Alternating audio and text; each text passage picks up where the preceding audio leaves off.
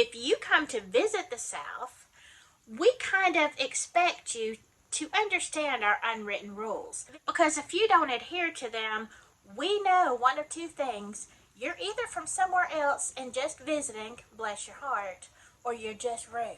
So I guess I could title this A Survivor's Guide to the Deep South. Well,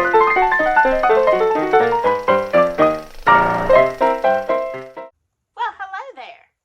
If you are new to my channel, I'm Lily, and this is Evelyn Cottage. Yeah. So we're going to see how the sound is going to do today. I don't know. No idea. I may have to invest into some new equipment. And I'm laughing because of Atticus up there. Like, I notice when I edit my videos, sometimes like he kind of appears and disappears like it's a little flash. But anyway, we'll see how it's going to go. Maybe he'll sit still. I've got my nails done. I'm sure this color will not be the same at Easter, but it kind of inspired me today. I've got a roast in the oven. So, this seemed like a great time to do a video. Today, we are going to talk about unwritten rules of the South. So let's do it. Okay, A Survivor's Guide to the Deep South.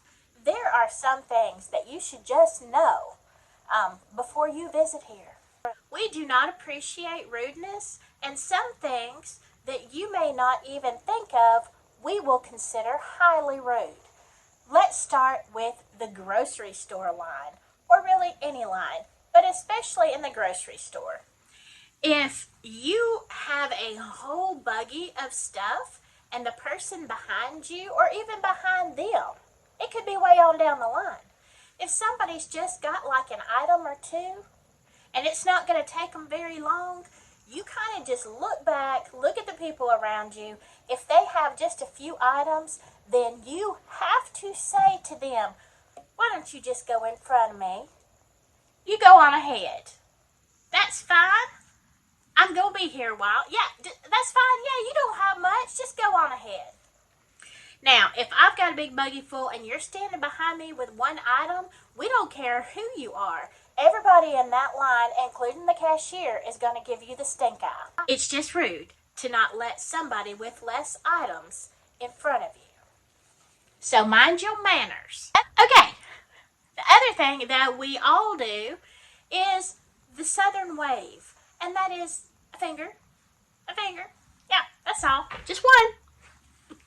If we don't know you, and this is not in the city, although sometimes people just get in the habit, but on a more rural road or a country road, if you pass another vehicle, you have to, your hands are up here at 10 and 2, right? It's supposed to be.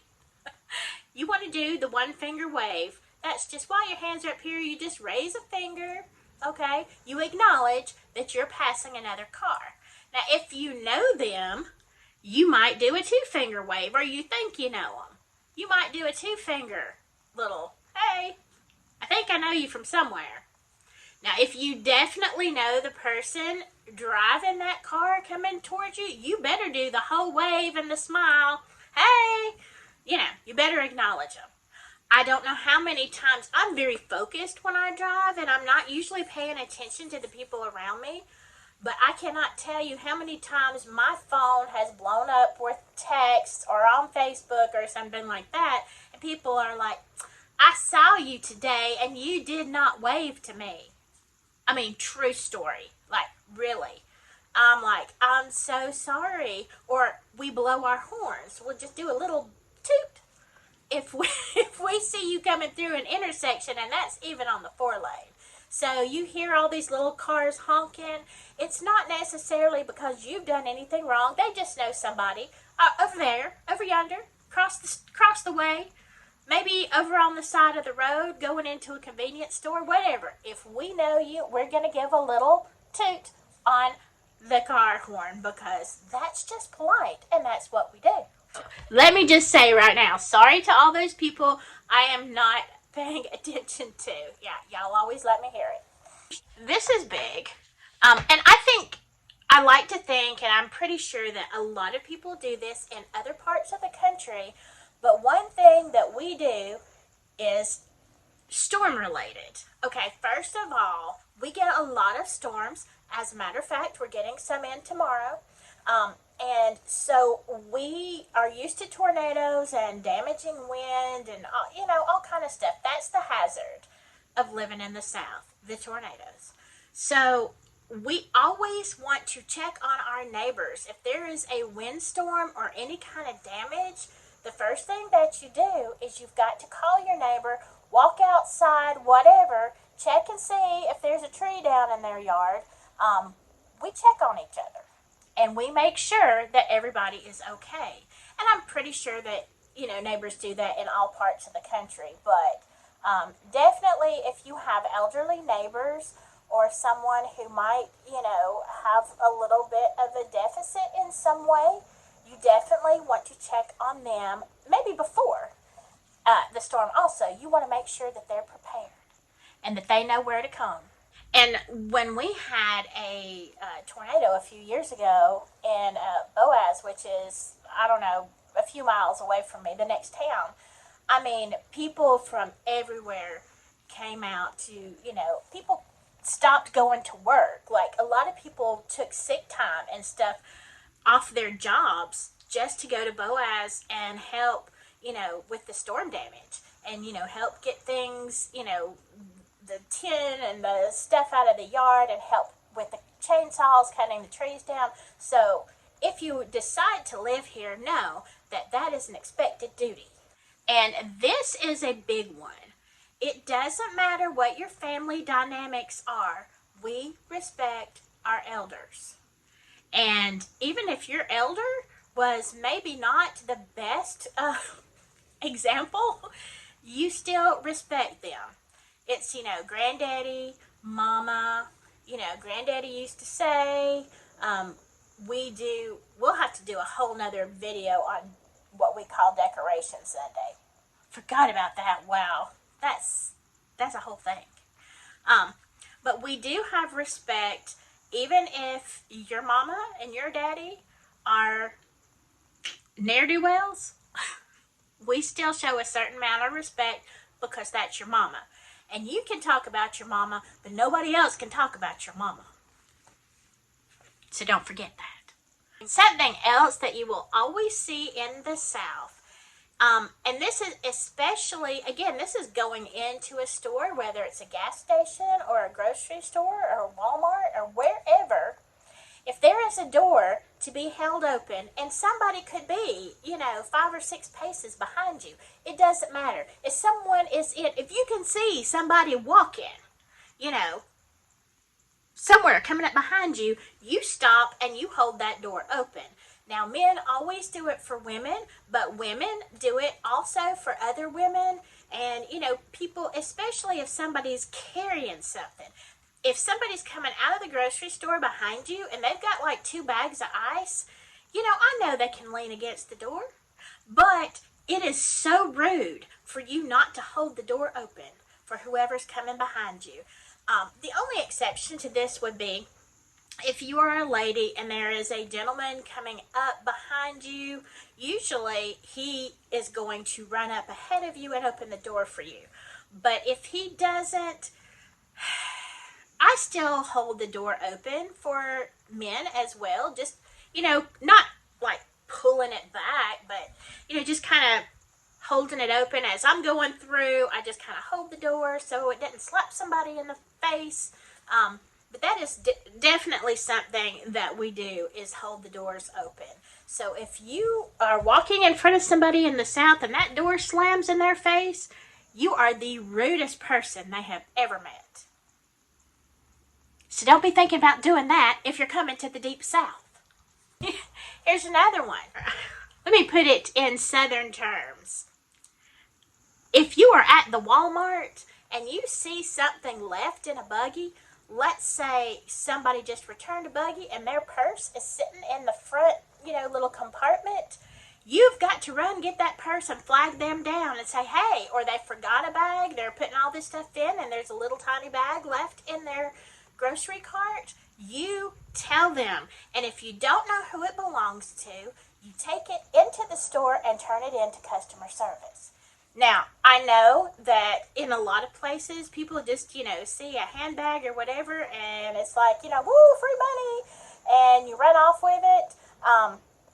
And I'm not saying that never happens, but most of the people in my area will return the purse or pocketbook or bag or whatever. I cannot tell you how many times, especially when the kids were little and I was getting them all in the car and stuff, I left my purse in the front of the buggy, and then you drive off and you realize, oh, and you say, dear Jesus, and you're praying fervently, dear God, let somebody have turned that into customer service.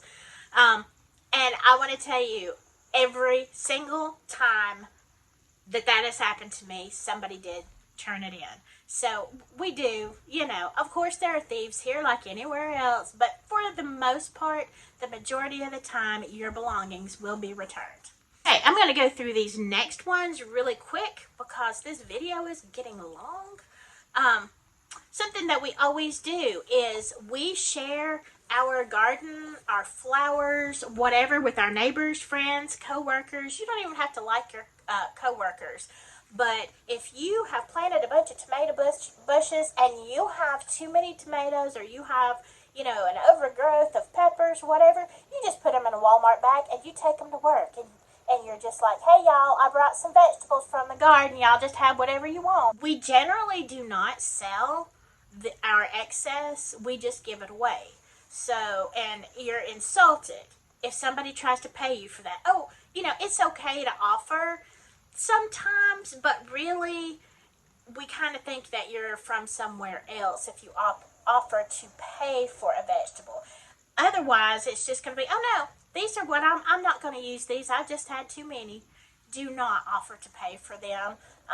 That is a gift. That is a Southern gift, and it is an insult to pay for something that somebody is trying to give you to bless you.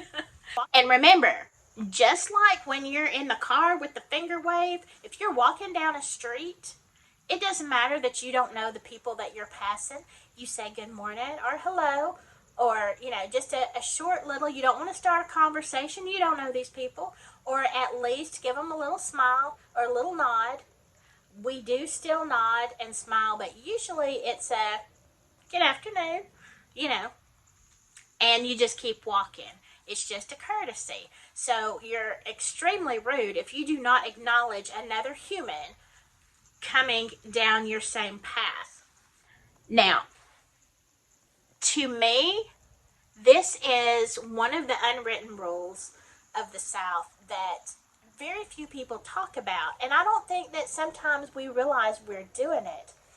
But if somebody is in distress or they're just complaining, you know how you tell somebody a problem and you don't expect anything but for them to listen. You can say something like, my plumbing, I tell you what, I could not get my sink to drain for nothing this morning. I had to get the plunger after it. I really did. But that's another story. When you're talking to people in the South, we feel compelled to give you a solution. And it's usually something like, well, my cousin's best friend's a plumber, and I hear he does really good work. He even did some work for me. Here's his number. We are going to offer you a solution. Even if we don't really know somebody and can give them a personal reference, we will give some kind of advice. Well, I heard that this place over here was really great, that they had really good tires at lower prices. Whatever your problem is, we are going to try to offer a solution. And it's not just words.